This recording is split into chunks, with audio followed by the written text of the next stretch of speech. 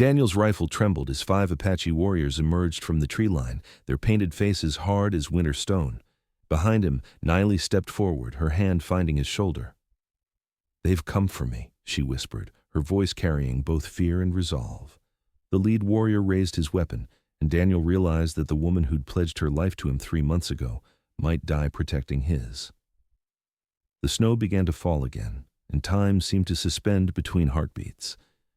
But how had they all arrived at this moment of impossible choice?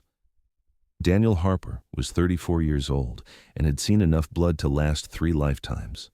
The former Army scout lived alone in a cabin tucked deep in the Colorado Territory mountains, where the only sounds were wind through pine trees and his own restless breathing during nightmares that came every single night.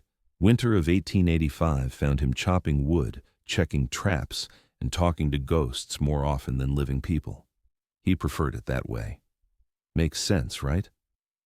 After years of tracking Apache bands across the Southwest, watching friends die, and doing things that kept him awake until dawn, Daniel had decided that people were more trouble than they were worth. His cabin sat miles from the nearest settlement, exactly how he liked it. Then the blizzard hit. Snow fell for 3 days straight, turning the world into a white tomb. On the 4th morning, Daniel stepped outside to check his woodpile and nearly tripped over what looked like a bundle of rags. But rags don't breathe. He knelt down and brushed away the snow, revealing the face of an Apache woman, her lips blue from cold, her long black hair frozen to her skull. She was dying. Daniel had spent years hunting her people. Now one of them lay unconscious on his doorstep, and every decent instinct he thought the war had killed came roaring back to life. He scooped her up, she weighed nothing, and carried her inside, kicking the door shut behind him. Her clothes were torn to ribbons, her feet were bloody from running barefoot through the wilderness. Whatever had driven her to his cabin, it must have been worse than freezing to death in a snowstorm. As he laid her near the fire, she stirred, her dark eyes fluttering open for just a moment. "Save me," she whispered in broken English, her voice barely audible, "and I belong to you forever." Then she was unconscious again. Well, that was a hell of a thing to say.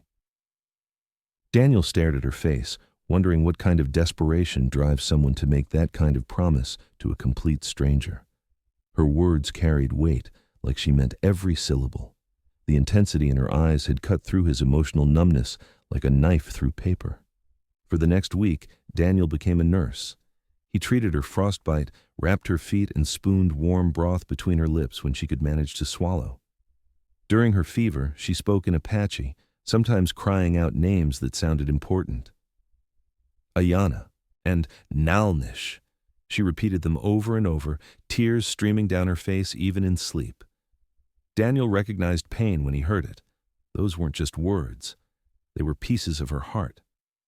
When she finally woke up properly, she told him her name was Nayeli. Getting her story took patience. Her English was rough, and some things required hand gestures and drawings in the dirt near the fireplace. But piece by piece, the truth emerged. Her husband had been killed in a raid 6 months ago. Now the chief's son wanted her as his wife, not for love, but to unite their family's influence within the tribe. When she refused, her younger brother Nalnish was suddenly accused of being a traitor. Funny how that worked. The only way to save her brother's life was to marry the chief's son. So she ran instead, hoping to find another solution before they executed the only family she had left. Daniel understood impossible choices. The war had been full of them. But this woman had chosen to risk everything rather than submit to a man she didn't want, and somehow that courage impressed him more than any battlefield heroics he'd witnessed. As winter deepened and travel became impossible, something unexpected happened. Nayeli began teaching him things about her people that had nothing to do with warfare. Stories, beliefs, the human side he'd never bothered to learn as a scout. The real question was whether either of them would survive what came next. Learning someone's language changes everything. Daniel discovered this when Nayeli started teaching him Apache words during those long winter evenings. Not the tactical phrases he'd memorized as a scout, directions, commands, threats, but the real words that mattered to people trying to live their lives. "Ayana," she said one night, pointing to a small carved figure she kept in her medicine pouch. My daughter. Daniel had assumed it was some kind of spiritual totem. Turns out it was a memorial. Ayana meant eternal blossom, and she died of fever the year before, just 7 years old. Niley's voice didn't break when she told him this.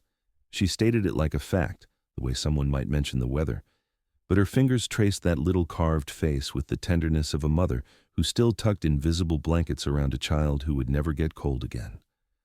Nalnish, she continued, showing him a beaded bracelet. My brother means he works.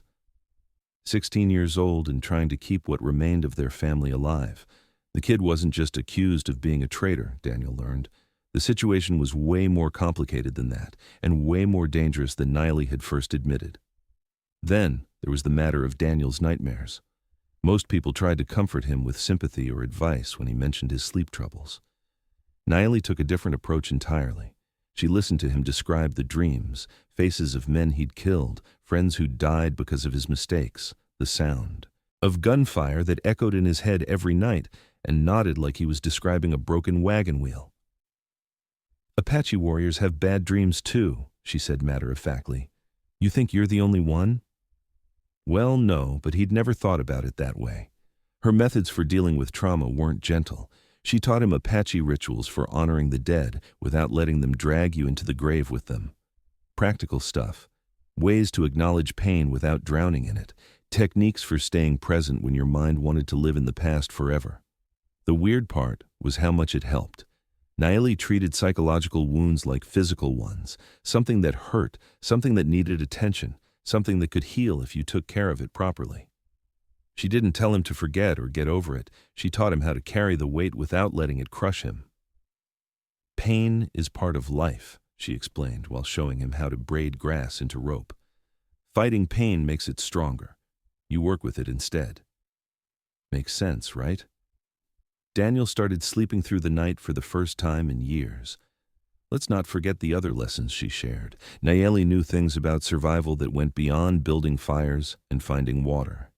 She understood people, how to read faces and voices for lies, how to navigate complicated relationships without making enemies, how to find common ground with folks who seemed completely different from you.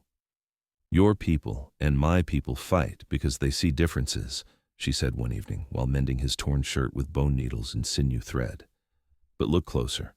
Everyone wants same things: safety for family, food for children, place to belong. Daniel had spent years seeing Apache bands as obstacles to overcome or threats to eliminate. Nayeli's stories revealed entire communities of people dealing with the same fears and hopes as everyone else. Families trying to protect their kids, elders passing down wisdom to young people who might not live long enough to use it, men and women falling in love, arguing about stupid things, worrying about the future.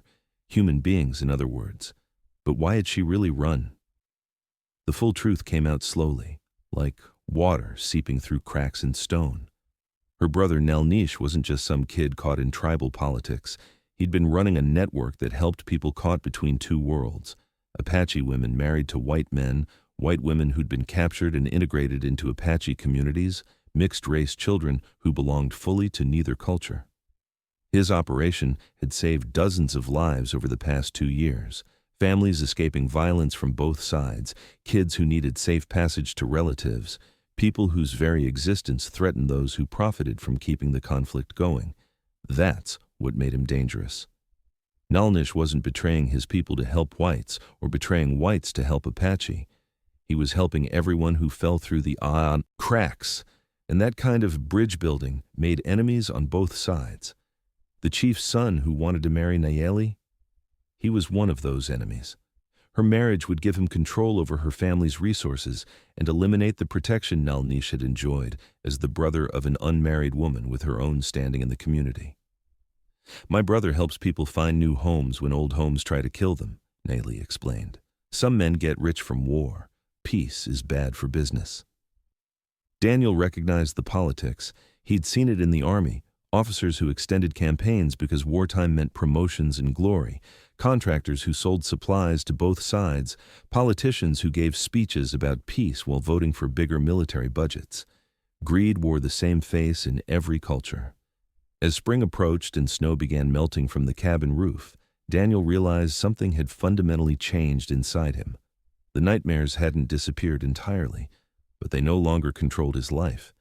He'd found purpose beyond mere survival. More importantly, he'd learned skills that could serve something other than warfare.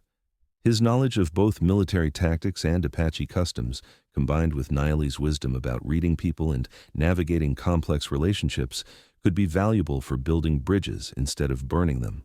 For the first time since the war ended, Daniel could envision a future that involved more than just hiding in the mountains. The question was whether they'd get the chance to build that future. Because Naili knew, and Daniel knew, that their winter sanctuary was temporary. Eventually, people would come looking for her. Her brother's network needed her alive and free, but the chief's son needed her married and silenced. Nalnish couldn't protect her from a distance, and she couldn't protect him by staying hidden forever. Someone was going to have to make a choice. Several someones, actually. When the first green shoots appeared through the melting snow, Nayeli started spending hours staring out the window toward the tree line. She was watching for signs, listening for sounds that didn't belong.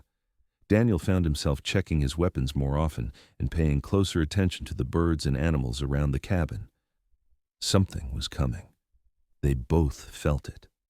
The only question was whether they'd be ready when it arrived, and whether the lessons they'd learned from each other would be enough to survive what came next. The moment stretched like a bowstring ready to snap. Daniel's finger hovered near the trigger, while the lead warrior, painted in red and black stripes that made his face look like a war mask, kept his rifle trained on Naili.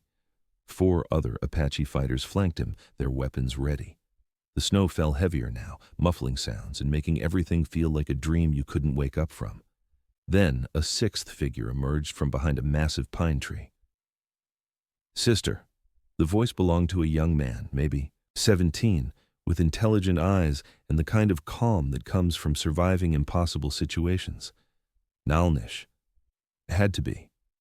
The family resemblance was unmistakable, and the way Naili's face lit up despite the danger confirmed it. But why was he here with warriors who wanted her dead? The lead warrior, the chief's son, Daniel realized, barked something in Apache. Nalnish responded in the same language, his tone respectful but firm. A heated conversation followed, with gestures toward Daniel's cabin and pointing at Naili. The chief's son looked frustrated, like his carefully planned capture was falling apart. Daniel caught fragments of the argument. His months with Naili had improved his Apache considerably, though the rapid-fire exchange tested his limits. Something about honor, something about choices, and something about papers, which seemed odd for a warrior confrontation in the middle of nowhere. "My brother has news," Naili whispered without taking her eyes off the armed men. "Good news, I think. But Dakota," she nodded toward the chief's son, "he doesn't want to hear it." Well, that figured. Men like Dakota never wanted to hear news that interfered with their plans.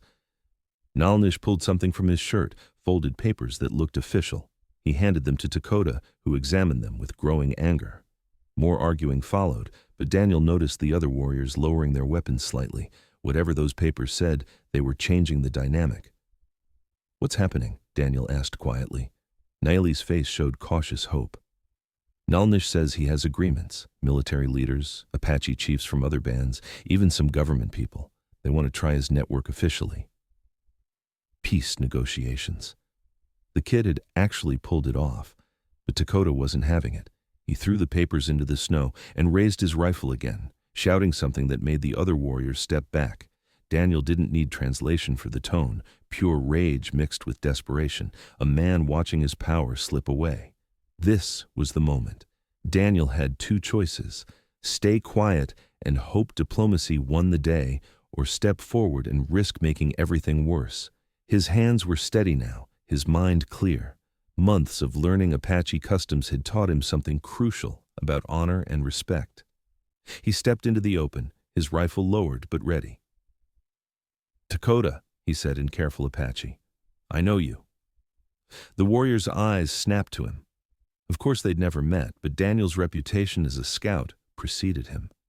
More importantly, his knowledge of Apache protocol gave him standing to speak. "You seek what belongs to you," Daniel continued, switching to English so everyone could follow. but she made a choice. Honor requires you respect that choice. Dakota's English was better than expected. She belongs to my family. You cannot understand. Maybe not, but I understand war. Daniel gestured to the papers scattered in the snow. Your people are tired of fighting. My people are tired of fighting. This boy offers something different. It wasn't eloquent, it wasn't fancy, but it was true. The standoff could have gone either way. Dakota looked at his men, looked at Nalnish, looked at the papers promising a future none of them had expected. His rifle wavered, then he lowered it. 1 season, he said finally. We try the boys' way for 1 season. Daniel felt Naili's hand squeeze his shoulder. The warriors melted back into the forest as quietly as they had appeared, leaving only Nalnish standing in the clearing with a grin that could have lit up Denver. But the real work was just beginning. The negotiations took place in Daniel's cabin over the next 3 days. Nalnish had done something remarkable. He'd gotten tired people on both sides to actually listen to each other. Military officers who were sick of chasing ghosts through the mountains, Apache leaders who'd lost too many young men to a war that solved nothing, even a few government officials who'd figured out that peace was cheaper than bullets. Daniel found himself translating more than language. He was translating entire ways of thinking. When a cavalry captain complained about unpredictable, savage behavior, Daniel explained the logic behind Apache raiding patterns. When an Apache elder dismissed whites as land-hungry children, Daniel shared stories about farmers just trying to feed their families. Nayeli proved invaluable at reading the room. She could spot lies, identify who had real authority versus who just talked loud, and navigate the complex pride issues that kept derailing discussions. Her practical wisdom kept everyone focused on solutions instead of blame.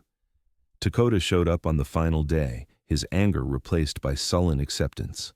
The agreements were real, official. His path to power through marriage politics had evaporated, but the alternative was watching his people continue dying for nothing. The network Nalnish had built would become legitimate, a way station for displaced families, mixed couples, children caught between worlds. Daniel's cabin would serve as neutral ground where people could find help without choosing sides.